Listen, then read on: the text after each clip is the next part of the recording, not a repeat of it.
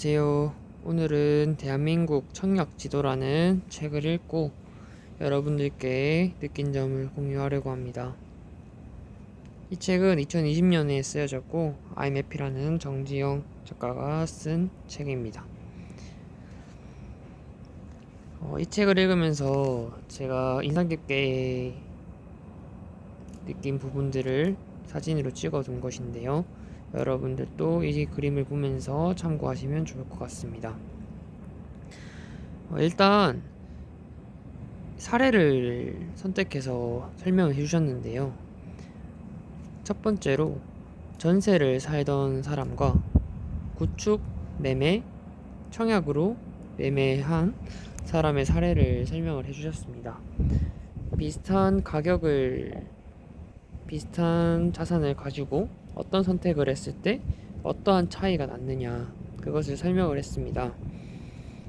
자, 전세로 살게 되면은 전세금 보증금만 9천만 원 증가됐지만 또 구축, 아파트, 그리고 청약으로 아파트를 구매했을 때 자산은 거의 1억, 2억 가까이 증가했음을 볼 수 있습니다.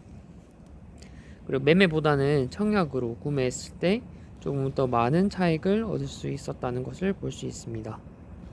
모든 사례가 다 이와 같진 않겠지만 새로운 집을 사람들은 더 원하는 경향이 있기 때문에 이러한 결과로 나타났음을 추정할 수 있습니다.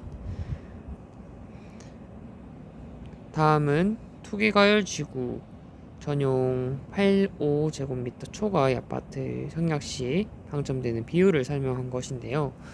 저는 청약이라고 하는 것은 저와는 거리가 먼 것이라 생각을 했습니다. 왜냐하면 가점제라는 것으로만 청약을 할 수 있는 거라고 생각을 했고, 추첨제로는 얼마 안 뽑는 거라 생각을 했습니다. 그리고 추첨제는 로또라고 생각을 했죠. 하지만 좀 규모가 큰 아파트의 경우에는 추첨제로 하는 경우가 더 많더라고요. 거의 비슷한 수준이었어요, 가점제랑. 그리고 또 기회가 추첨제 물량 중에 남는 것이 있다면은 또다시 한번 넣을 수 있는 기회가 있더라고요. 이것을 설명한 표인데, 일반적으로 민연주택과 공영주택이라는 것이 있어요. 하지만 공영주택을 제외하고 민영주택일 때 규모가 큰 거에 해당하는 것은 이제 지역에 따라서 추첨제의 비율이 정해져 있음을 알 수 있습니다. 그러므로 지역이 내가 어떤 곳을 관심 있는지는 모르겠지만 조금 더 규모가 큰 것을 본다면은 추첨으로도 충분히 구매할 수 있음을 알 수 있습니다.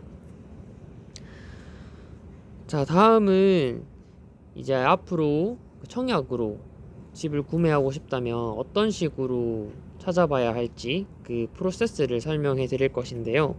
제가 예를 들면은 인천광역시에 관심이 많다라고 한다면 다음과 같은 지도를 꺼내서 이제 앞으로 청약 혹은 분양을 할 그런 매물들을 순서에 맞게 정리를 할 예정입니다. 이렇게 지도에 번호를 매기고 엑셀을 켜서 다음과 같은 내용들을 정리하는 것이지요. 그래서 번호를 매긴 것과 일정, 단지, 위치, 세대수 이런 식으로 쫙 정리를 해두면 그 지역에 얼마만큼의 분양 혹은 청약이 있을지 한눈에 보기 쉽습니다. 만약에 제가 이 인천광역시 중에서도 한 단지에 관심이 많다라고 한다면은 다음과 같이 정리할 수 있습니다. 입주자 모집 공고를 보고 정리할 수 있는데요. 입주자 모집 공고는 엄청 작은 글씨로 팍팍하게 쓰여 있는 그런 공고인데요. 그 안에는 되게 중요한 내용들이 많이 담겨 있습니다. 그것을 다음과 같은 표에 따라서 핵심 요약을 해두는 게 한눈에 보기 쉽겠습니다. 그래서 지역과 규모, 그리고 1순위 자격, 지역 우선, 전매 제한이 있는지, 그리고 가점제와 추첨제에 따라서 85제곱미터 초과할 때는 추첨제가 50% 이상이다 라는 것을 볼 수 있고, 이거에 따라서 내 예산과 이 청약이 괜찮은지 비교를 해볼 수 있습니다. 그리고 일정이 있고 입주 예정 그리고 특이사항을 알 수 있습니다. 자, 이렇게 내 조건에 맞다고 한다면 일정을 정리하면 좋겠죠. 다음 그래프를 보시겠습니다. 이 표는 청약 일정에 따라서 이제 달력에 표시해 둔 것인데요. 모집 공고가 나면은 모델하우스가 오픈을 하고 순서에 따라 특공 1순위, 2순위 청약을 하고 나서 당첨자를 발표하게 됩니다.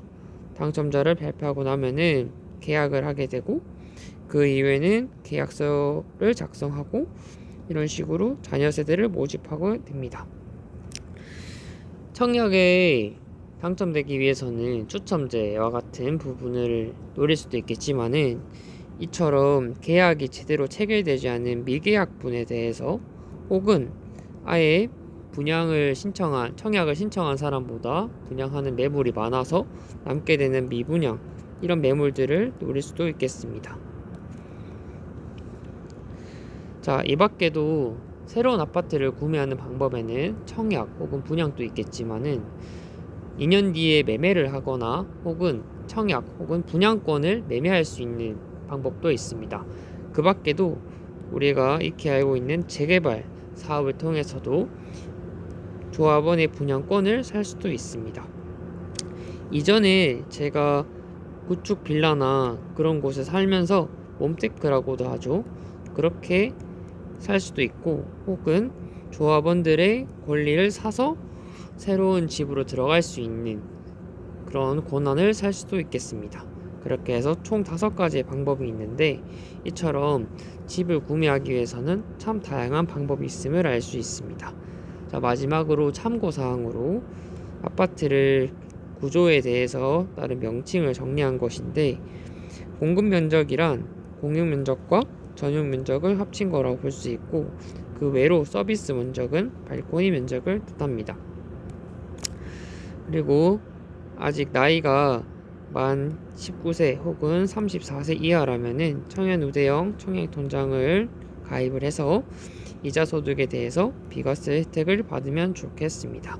참고로 온라인으로도 가입할 수 있다고 하니 여러분들도 한번 알아보시면 좋겠습니다. 여기까지 청약에 대해서 함께 정리를 해보았습니다. 여러분도 이 책 잘 정리되어 있으니 참고해서 앞으로 내 집 마련하는 데 큰 도움 되시기를 바랍니다. 감사합니다.